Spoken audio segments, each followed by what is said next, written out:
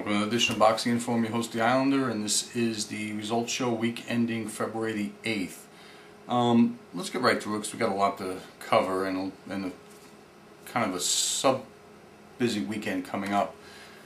February 6th on ESPN2, Friday Night Fights, Salisbury, Maryland. Very tight fight between Chris Henry and Youssef Mack. And I think going into this fight, Henry would be the one that would be kind of favored because their careers were going in opposite directions. Remember, Henry lost a questionable decision to Adrian Diaconou in Romania, and some people thought that he was given an unfair, Diaconou was given an unfair decision. But Mack looked like he was extremely ready for this fight, and I agree with the decision. It was a split 12-round decision, but I thought that Mack did enough to win the fight. Flipping over the channel at 11 o'clock Eastern Daylight Time to Showtime. Why they start these so late, I know they're coming from California and all that stuff. Andre Ward headlined the card, but one thing I wanted to mention about this, and I didn't cover this in the preview, is that on the undercard, this John Molina guy, and I'm not sure if he's related to the original John Molina, scored a third-round knockout over Kapako Lote of Ghana. And the thing that why I bring this up is because for an 8-round fight between two 8-round fighters, if that's what they really are, there was some serious punishment dished out, and it was done in a style that you would not, that in my opinion is more entertaining than some championship fights. And again, this Molina guy looks like he very much reminds me, I can't think of who he reminds me because I saw the other guy, DeMarco, also on the day later. Trying to keep him separate in my mind is going nowhere. The Andre Ward fight against Henry Buchanan, Ward did just enough to win the decision, clear cut.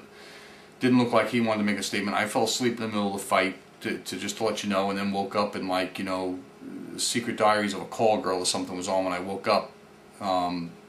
Much more entertaining than that fight. Fight sucked. Not that I expected it not to. Andre Ward, I don't know whether it's the Goosens or it's his trainers or what, they're bringing him along way too slow. And think about this. If I'm not mistaken, I believe he was in the same Olympics that Andre Berto was. And look at the differences in their career paths. And I think somebody in my office was telling me that ESPN, the magazine, ran an article about Andre Berto and said Lou DiBella had his choice to go after both of them, and he chose Berto over Andre Ward. And now look what's happened. Although I'm sure Ward could have fought for Lou DiBella. I'm not slamming on Goosen, but something's not right here. Okay, Azteca America also on that same night. Jesus Soto Karass won a 10-round decision over Carson Jones. I did not get to see three things at one time, so I did not see that. The 7th, which was a big night, in Argentina. History was made as far as the Argentines were concerned.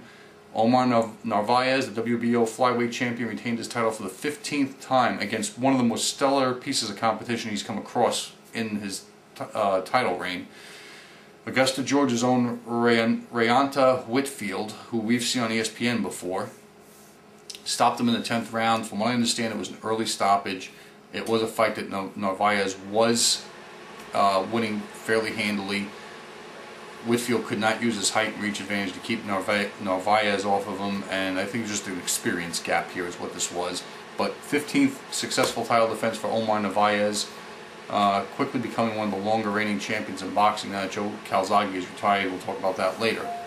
7th on Showtime, Vic Darchinyan versus Jorge Arce. And also, in the first fight, Antonio DeMarco, a southpaw prospect who kind of reminds me of Rafael Ruelas, a younger Rafael Ruelas, scored a 9th round TKO over Kid Diamond, in which it was a very close fight. I thought DeMarco was winning the fight when he opened up at the end of the 9th round with some wicked right hooks, and he hurt Kid Diamond, broke his nose, and Kid Diamond looked like that he could not continue after the 9th round. The main event, Vic Darchinyan versus Jorge Arce.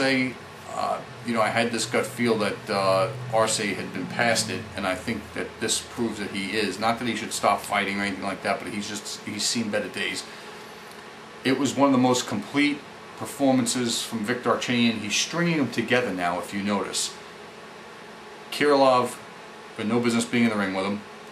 Maharis, who I guess was coaxed by all the trash talking to fight Darchinyan's fight and paid for it. and now Arce, who is not anywhere near the person he was 10 years ago when he was beating Michael Carbajal 9 rounds to 1 when he got stopped in the 11th round.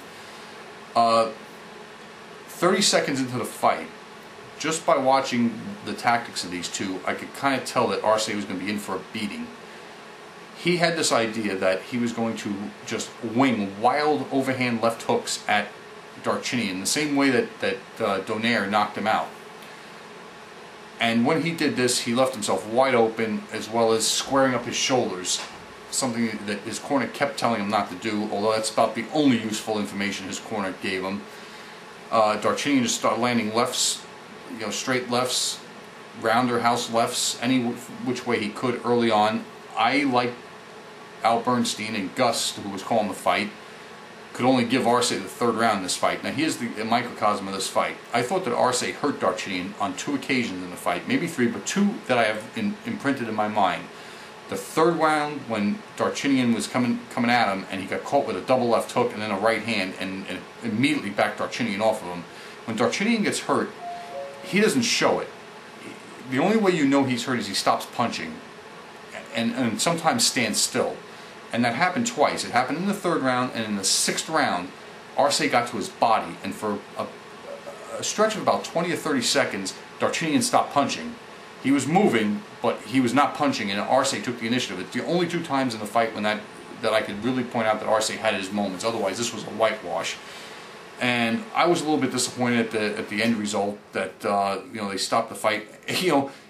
And what kills me about this is, and I'm not taking anything away from Darchinyan's victory because it was as complete as could be. He was going to win a wide unanimous decision anyway. It's that the cut that was opened up on his right eye in the 11th round was due to a butt, as well as the cut on the side of his head was opened up by an elbow. And I know he was taking a beating, but he's a former champion who I think deserved the chance to go out on his shield. So I was a little bit disappointed with that. I was very impressed with Darchinyan's post-fight interview, in which, for him, he seemed kind of humble, and I think he knew that that he had, just telling by the way his face looked and stuff, that he was in a fight, and that even though he won almost every round of it, but showed some glimmer of respect for Arce in the sense that he knew he was there to fight, and he took Darchinyan's best shots without going down. There were a few times in which I thought he was going to go down. Gary Shaw, on the other hand, needs some attitude readjustment. Listen, Jim Gray, who's not the greatest of reporters, asks about the upcoming fights. Will you fight Vasquez? Will you fight Montiel? Will you fight Donaire? And Gary Shaw immediately says, "We're never fighting Donaire. We don't fight unloyal people." Look, you're a tier 2 at best promoter, Gary Shaw. A tier 2. Do you hear me? You're there with, and DiBella's closer to tier 1 than you are, with the Goosens, the Cedric Kushners, all good people, but you're acting like you're Bob Arum or you're Don King or you're the Duke family. You're not. I mean, so the thing is that I would think that Darchinyan and his fans would want a rematch with Donaire to prove that he could beat him and to avenge the loss. Personally, I think you really don't want the fight because you know Donaire's going to kick the living crap out of him again. And the more I watch that first fight, which Showtime re-aired last week, the more I see all the technical flaws that are in your fighter. The old Vic Darchinyan stayed camped up in a shell, cooped up in a shell for most of this fight, but there were signs of him, and I think a Montiel fight would be interesting, and I would stay far away from Donaire. And we'll talk more about this week's schedule. Let's go through this real quick. Friday the 13th, ESPN2, Friday Night Fights, Alexis Camacho, 10-round welterweight fight against Carlos Molina. Also, Ray Robinson, not Sugar Ray Robinson, will be on the card in an 8-round fight. Bert Sugar's in the studio for all of you who care. 14th in Sunrise, Florida, and I should have left more time to go over this. Triple header on HBO. Alfredo Angulo is not going to be fighting Ricardo Mayorga. He's going to be fighting Danny Perez. Expect Angulo to win this fight, probably going away. Sergio Martinez fighting against Kermit Cintrone. Interesting fight. I think it can go either way. If Cintrone can land on Martinez, and it's a big if, and he's got some of the better weapons to do it, like a straight right hand, it's going to be interesting. I think that Martinez is probably going to outwork him, but I think it's a flip of a coin. The main event, even more interesting. Nate Campbell versus Ali Funica. I know Nate Campbell wants to put a punishing punishment on Fanica. Fanica's about 6 feet tall, and he's the one that knocked out Zahir Rahim in 4 rounds convincingly in South Africa. Knocked out cold. I think this is a very dangerous fight for Campbell, but I think I know at this stage in his career he can't have any letdowns whatsoever. I'm going to go with Campbell in this fight. I don't think Fanica's seen anything like Campbell, and Zahir Rahim definitely isn't. By the way, that's not the doorbell, it's the AOL Instant Messenger. Real quick news, HBO has pay-per-view rights to Pacquiao Hatton, who has said, but the significance in this is that Bob Arum shopped to Showtime because Showtime is going to use CBS, their sister station, to air promos and all kinds of other things throughout the weeks and the weekends. Schaefer was the one who said the HBO deal was better, and they went with HBO because Golden Boy is in bed with HBO. That's going to do it, folks. Have a good one. I'll talk to you next week.